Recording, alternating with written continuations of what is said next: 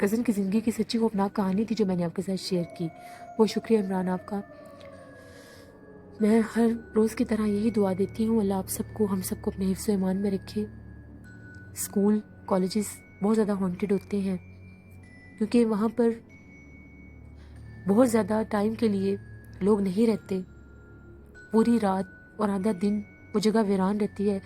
پھر جیسا کہ ہمیشہ کی طرح میں کہتی ہوں کہ ایسی جگہوں پر اسکول کالجز بنا دیے جاتے ہیں جو آلریڈی آسیب زدہ ویران جگہ ہوتی ہیں، پھر جہاں پر لڑکیاں لڑکے اسٹوڈنٹس پڑھنے کے لیے جاتے ہیں، وہ جنات تنگ ہوتے ہیں کیونکہ وہ ان کی جگہ ہوتی ہے.